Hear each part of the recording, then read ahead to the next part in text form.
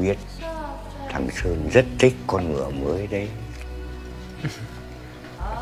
Vậy anh Sơn có được mua con ngựa mới nữa không? Cho con ngựa với. Mẹ. Cháu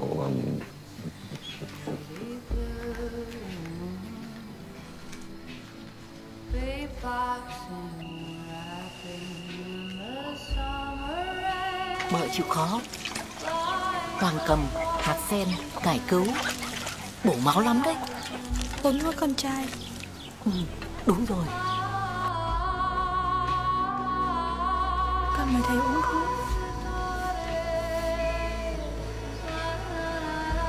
Thầy ạ, thầy đừng chiều chuộng mợ ấy quá.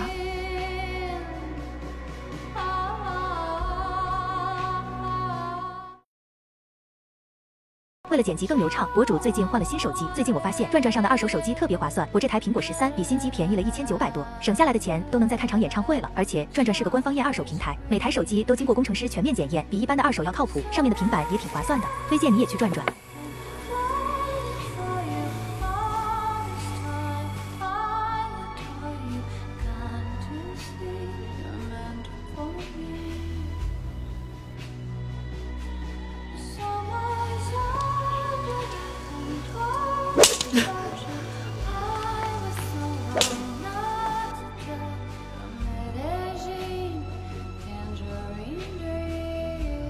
Sơn cũng đã đến tuổi lấy vợ rồi. Cô đi đi. Con Hà cắt con chết. Sơn! Con điên à? Con không thấy cô. Con không quen mẹ. Trước đây mẹ cũng có quen với bố con đâu. Lần đầu tiên gặp nhau cũng là ngày cưới. Con để cho tôi yên. Con phải uống rượu nữa phải không? Không thật là như vậy không? Con bây giờ. Nó có phải là con không? Bố nó cũng là bố cậu.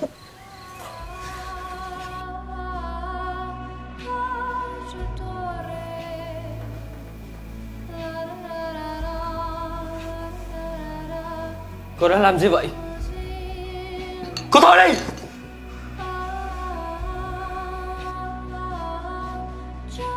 Nếu ông đồng ý, Tuyết sẽ quay về với ông, kèm theo gấp 3 lần số của hồi môn mà ông đã mang cho chúng tôi. còn nguyên vẹn sao?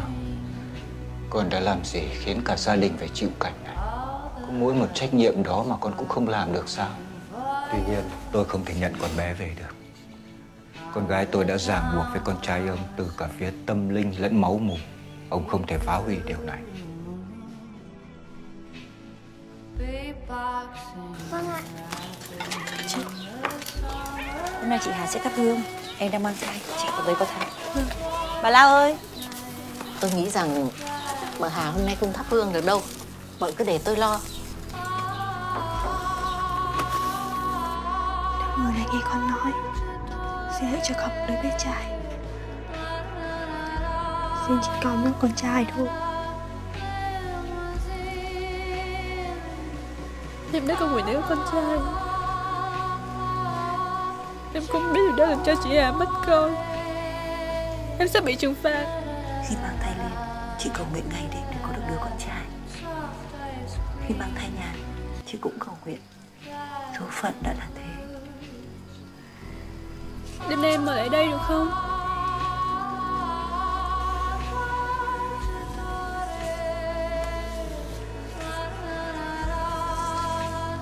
Chúng ta không thể làm thế đâu. Tại sao không? Như thế là sai trái. Tại sao lại sai? Em yêu chị. Em, chúng vẫn sẽ phản thả. Nhưng em yêu chị. Chị không yêu em. Chị yêu em. Em như là con gái của chị.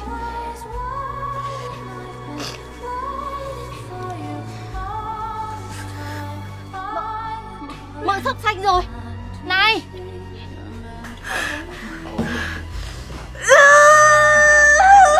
Ông thầy lang chết là xó nào rồi? Mợ thổi sâu vào. Chị ơi, đau quá. Chị đây, chị biết rồi. Người ta con gái.